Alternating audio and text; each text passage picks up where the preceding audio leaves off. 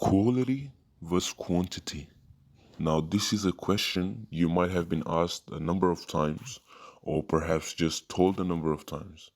More than a question, it's really a concept. I still remember my school teacher babbling on about writing my essays to quality rather than quantity. Whilst that in essence is true, but it doesn't apply to every situation. It's a scientific fact that what we are told as children, we are more likely to retain and hold as true rather than what we are told as adults. So this is perhaps why we still hold on to this misconception, even in our late adulthood, that it's all about quality over quantity. So it's just like an example that if you're given a box of puzzle to solve, you wouldn't just look at the box trying to solve the whole puzzle just in your head. You would dig in, you would open the box and try to solve the puzzle. Because if you just look at the box, that's just very unrealistic. You would want to open it, get your hands dirty, and over time you will join one piece of puzzle to the next. And this reminds me of my friend. He wanted to start blogging. It was just one of his long-time passions. But he just wanted to master every little concept about blogging before he even started. Because he had the concept that even my very first blog should be of the highest quality. Even though that's very admirable, but it's unpractical. I used to think the same thing until I started one of my businesses, and I remembered that all the different puzzle pieces I just had to learn. I had to join together, and over time, I just became an expert at what I started. Now, let me give you an example of an experiment that a professor carried out. So, there was a professor, he had 24 students in his class, and he formed two groups with 12 students in each group. Each group was given 2 weeks to create a pot of clay.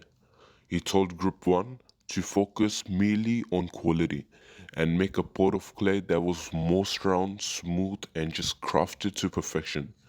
But he told group 2 to just focus merely on quantity and create as many pot of clays as they could in 2 weeks. And so the race began. Group 1 focused all on quality and group 2 focused merely just on quantity.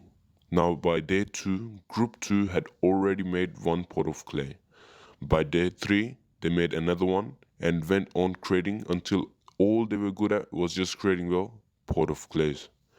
And so 2 weeks were over and Professor called the groups in to present their craft. Group 1 came forward and showed what quality they had produced. The professor looked at it and just put it aside, put the pot of clay aside. Then came group 2, and they had produced more than 10 pot of clays. The professor lined them up, all the pot of clays lined up, and it was obvious that the very first pot of clay made by group 2 was just the trial and not crafted well. But the last pot of clay that group 2 made, it was the most round, smooth, and just crafted to perfection. And this was a criteria that was given to group 1, not to group 2. And all this happened because group 2 just went on making clay pots, perfecting their art one pot of clay at a time. So, in summary, quality is not always over quantity. And this idea is perhaps what holds us back from trying out many new activities. Because the reality is, practice makes perfect. And so, in summary, the equation looks something like this: quantity leads to quality.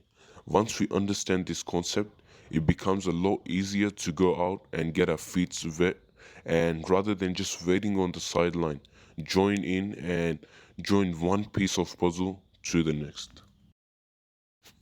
As always, don't forget to share, like, and subscribe and hit the bell icon. And be sure to leave any comments or questions you want me to answer in my next video. Over and